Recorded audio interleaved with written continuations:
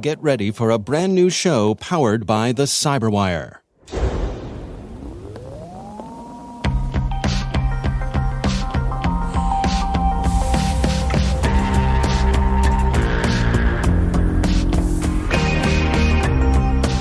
Coming June 1st, this new podcast was created by operational technology cybersecurity experts for the OT community, as well as those wishing to expand their knowledge on ICS threat intelligence and OT security strategies.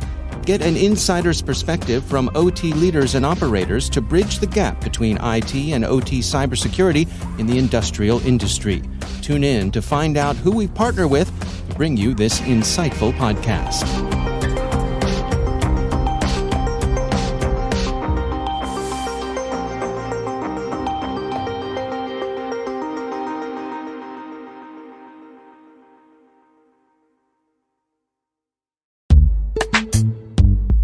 This episode of the CyberWire is made possible in part by SpyCloud. Stolen data circulating on the criminal underground is fuel for data breaches, account takeover, ransomware attacks, and online fraud. Your biggest security risk might be a breach or malware infection outside of your control that leaks the data of your users. SpyCloud constantly recaptures and analyzes new data from the criminal underground, powering solutions that proactively protect over 2 billion employees and consumers worldwide. Learn how to make recaptured data your best defense at spycloud.com/cyberwire. That's spycloud.com/cyberwire.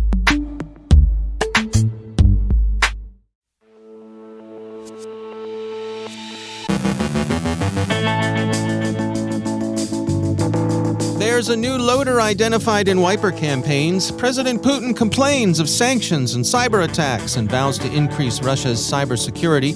Coordinated inauthenticity at scale. Killnet crows large over Italian operations.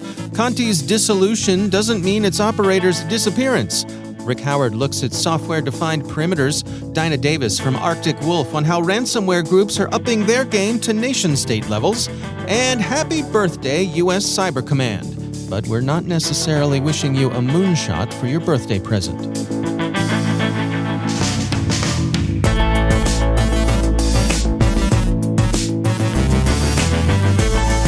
From the CyberWire studios at Data Tribe, I'm Dave Bittner with your CyberWire summary for Monday, May 23rd, 2022.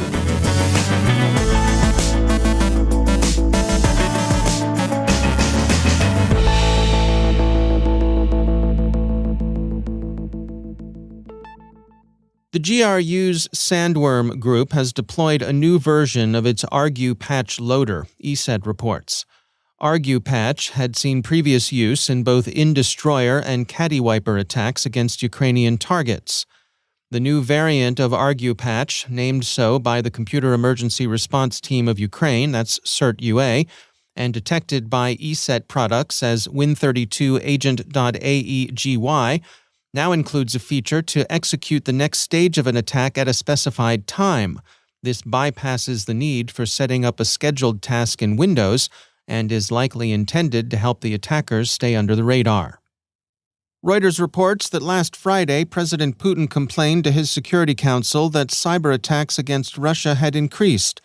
Mr. Putin also reprehended the way in which sanctions had affected the country's IT capabilities.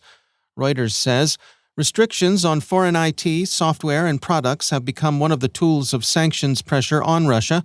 A number of Western suppliers have unilaterally stopped technical support of their equipment in Russia. President Putin says Russia needs to shore up its cyber defenses. He put a bold face on the situation, as Mashable quotes him. Already today, we can say that cyber aggression against us, as well as in general the sanctions attack on Russia, have failed. Russian disinformation efforts against Ukraine have been both heavy and heavy-handed, in some cases using a playbook almost out of the 1930s. The New Yorker described them last week. Russian armored vehicles drove along Melitopol's central avenues with loudspeakers blaring. The military-civilian administration of Melitopol, in order to prevent law-breaking and to ensure public order, temporarily prohibits rallies and demonstrations. In general, Ukrainian messaging has been more effective and internationally successful. Russian messaging has found principally a domestic audience as Moscow's international isolation grows with the duration, brutality, and incompetence of its war. Coordinated inauthentic behavior is a different matter. Many have seen the Fronton botnet as principally a tool for distributed denial-of-service attacks. While it certainly has that capability, it's more remarkable for its ability to create synthetic persona in social media and marshal them in campaigns that push specific lines of disinformation. The Russian FSB security service is believed to have purchased Fronton from a contractor, Zero Day Technologies. Researchers at Nisos have studied Fronton and found that its real novelty lies elsewhere in its ability to push disinformation. The Fronton toolkit enables not merely an array of coordinated posts, but also likes, reposts, and comments.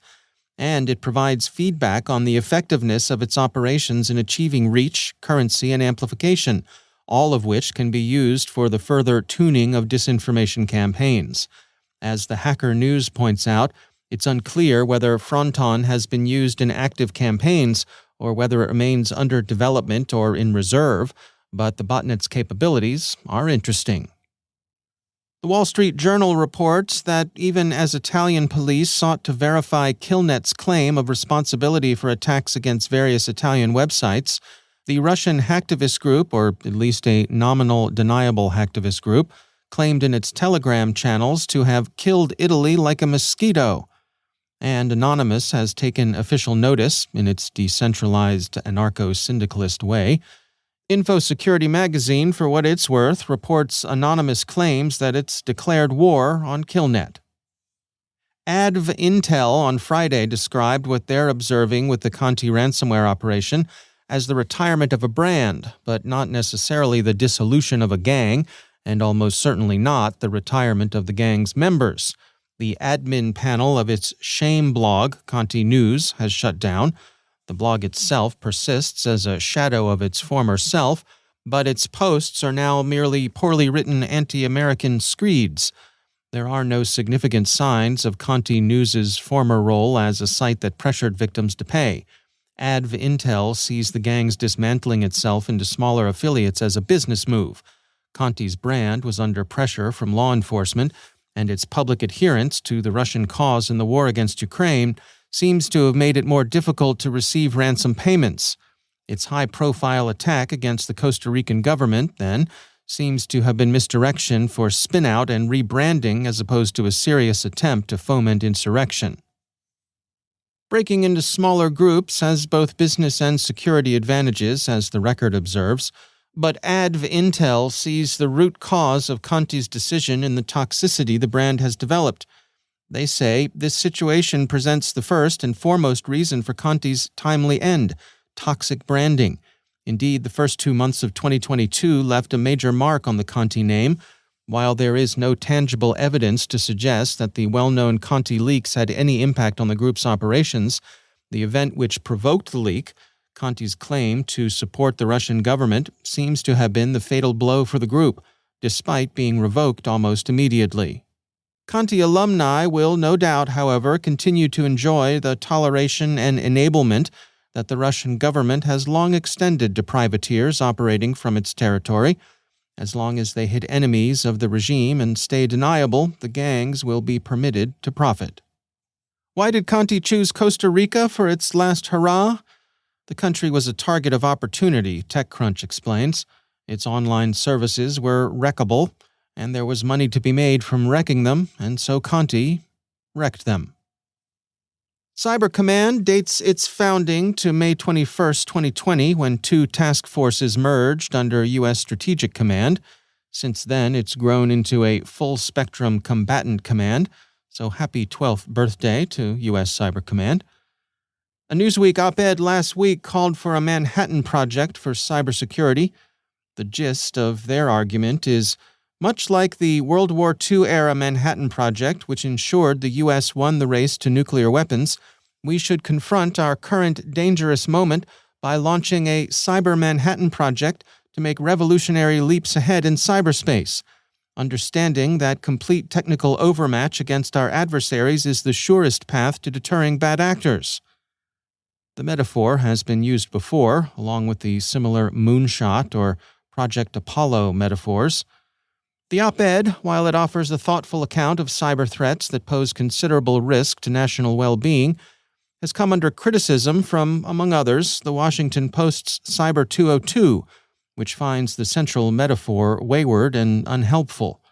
The Post doesn't put it quite this way, emphasizing instead that spending on cybersecurity probably already outstrips General Groves's budget, and that ordinary human error plays a prominent, perhaps dominant role in cyber risk. But consider, both the Manhattan Project, which developed the first nuclear weapon during World War II, and the Apollo program, which put a human being on the moon in the 1960s, were directed at the solution of large, difficult, complex, but fundamentally unified problems. One knew with no ambiguity whether Fat Man worked when it was detonated. One knew beyond any reasonable doubt that Apollo 11 had reached the moon and that Armstrong and Aldrin had walked there. Cybersecurity is also a complex problem, but it, like, say, the problems of crime or war or perhaps cancer, are not fundamentally unified in this way. The Greek poet Archilochus is said to have written, "A fox knows many things, but a hedgehog knows one big thing." Moonshots and Manhattan projects are hedgehogs' problems.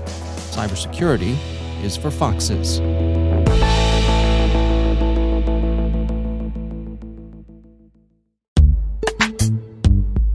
And now, a word from our sponsor, Datadome. Security shouldn't come at the expense of privacy. That's the global consensus as organizations face increasingly scrupulous legal requirements for processing users' data. CAPTCHAs are no exception. Datadome's CAPTCHA protects customer privacy while keeping all endpoints safe from bots and online fraud. It processes data at the edge, locally, with zero third-party involvement and data retention options to best meet local regulations. Protect your online business with a solution that prioritizes privacy and user experience. Visit datadome.co to get a free threat assessment. That's datadome.co, and we thank Datadome for sponsoring our show.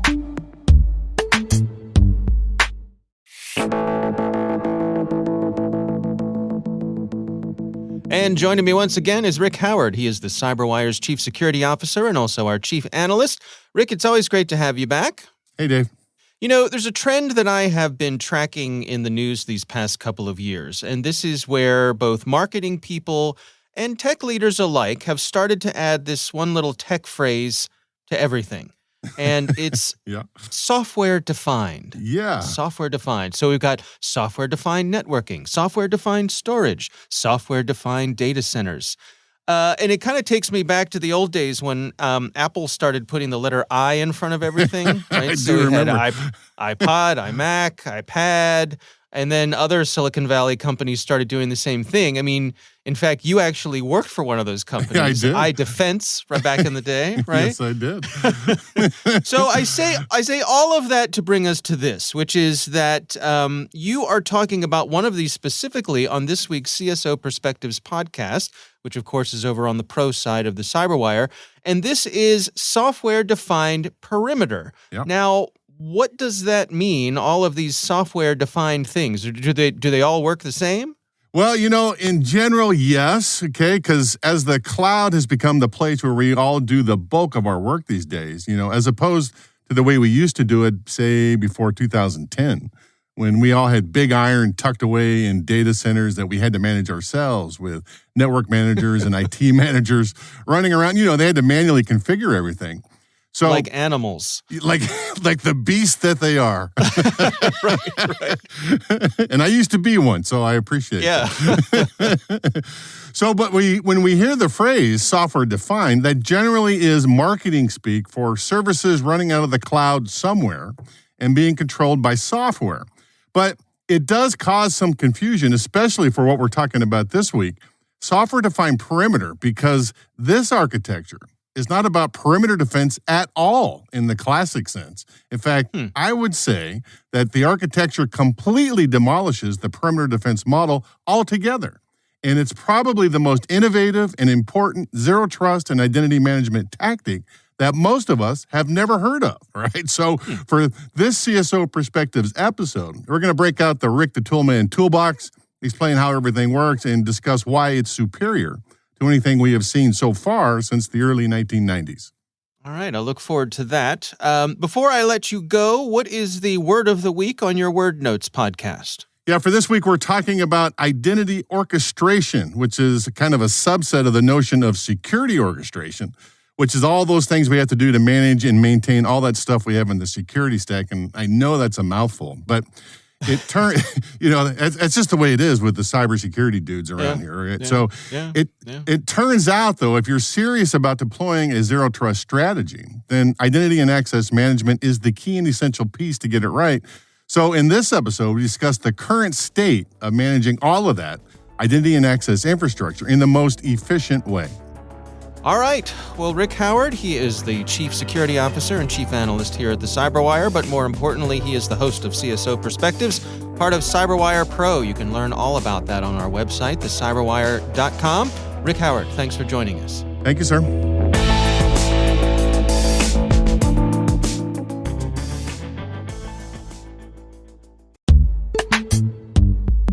And now, a word from our sponsor, Barracuda. Right now, everyone is talking about cryptocurrency, and the cyber criminals are hiding in the conversation. Cyber criminals use social engineering loaded with urgency and fear to successfully prey on your company, your employees, and your customers.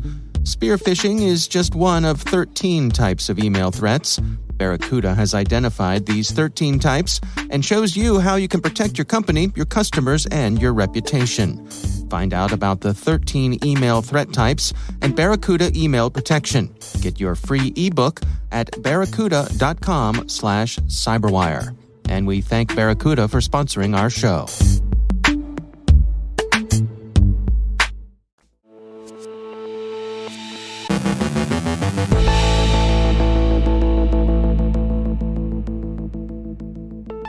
And I'm pleased to be joined once again by Dinah Davis. She is the VP of R&D Operations at Arctic Wolf. Dinah, it's always great to welcome you back to the show. We've been tracking ransomware groups, of course, and one of the things that strikes me about them is the ever-increasing amount of sophistication with which they operate. I mean, it seems to me like, they are really, some of them, it's fair to say that they're on par with some of the nation-state actors out there. What's your take on this? Yeah, for sure. This year, I really got into learning more about zero-day vulnerabilities. I read the book, This is How They Tell Me the World Ends, a Cyber Weapons Arm Race by Nicole Peroth. And it's really good, really, really good.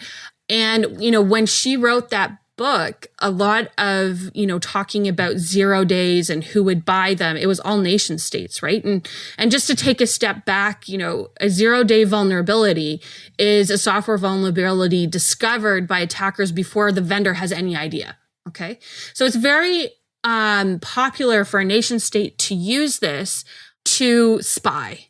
So they won't want to assume, countries are all using very common software, Microsoft or iPhones, Google Cloud, whatever. And if they can find a vulnerability in one of those things and spy with it, then that's really good for them, right? Right. But we've seen this huge uptick on ransomware, right? And these ransomware gangs are starting to make some serious amount of money. And they want more and more ways so that they can deploy their ransomware into different systems. And what we're finding is that they are now becoming as big of a buyer of these 0-day vulnerabilities as nation states. Previously, they would never have been able to afford them, right? I found some interesting information there that a company called Zerodium, who's a 0-day vendor, they actually sell 0-day bugs or vulnerabilities. They have a standing offer to pay $2.5 million for any 0-day that gives hackers control of an Android device.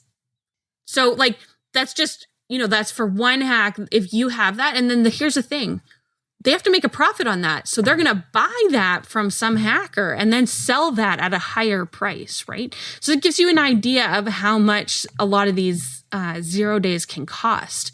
So, and then it always is going to come back to ROI, right? What's your return on investment? And like, sadly, it seems like the ransomware gangs are getting pretty high ROIs here if they're spending that much money on it. Yeah. Yeah, I mean, it's not the kids in the basement anymore just banging away on their keyboards. I mean, these are sophisticated groups with sophisticated tools. Yep, exactly. And so, you want to look to prevent yourself from being attacked from these. It's going to be, the same thing over and over. Patch, and multi-factor authentication, and train your people. It's the same mantra always. Yeah, absolutely. All right, well, Dinah Davis, thanks for joining us.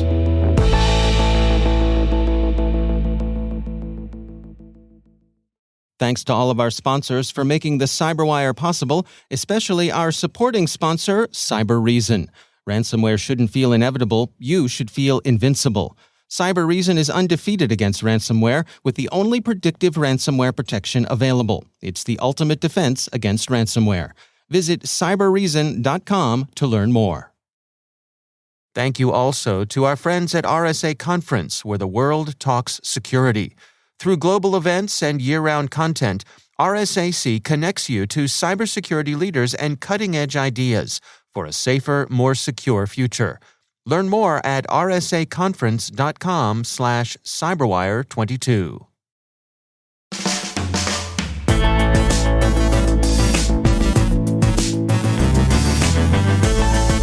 And that's the CyberWire. For links to all of today's stories, check out our daily briefing at thecyberwire.com. Don't forget to check out the Grumpy Old Geeks podcast, where I contribute to a regular segment called Security Ha. I join Jason and Brian on their show for a lively discussion of the latest security news every week. You can find Grumpy Old Geeks where all the fine podcasts are listed. The CyberWire podcast is proudly produced in Maryland out of the startup studios of Data Tribe, where they're co-building the next generation of cybersecurity teams and technologies. Our amazing CyberWire team is Rachel Gelfand, Liz Irvin, Elliot Peltzman, Trey Hester, Brandon Karpf, Eliana White, Paru Prakash, Justin Sabi, Tim Nodar, Joe Kerrigan, Carol Terrio, Ben Yellen, Nick Valecki, Gina Johnson, Bennett Moe, Chris Russell, John Petrick, Jennifer Iben, Rick Howard, Peter Kilpie, and I'm Dave Bittner. Thanks for listening. We'll see you all back here tomorrow.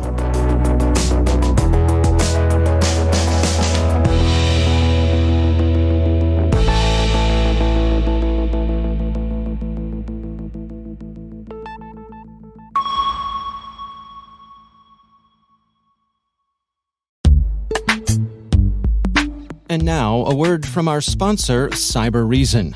They're out there, and they're coming for you. Ransomware attackers, sophisticated criminal armies bringing organizations to their knees and costing companies millions.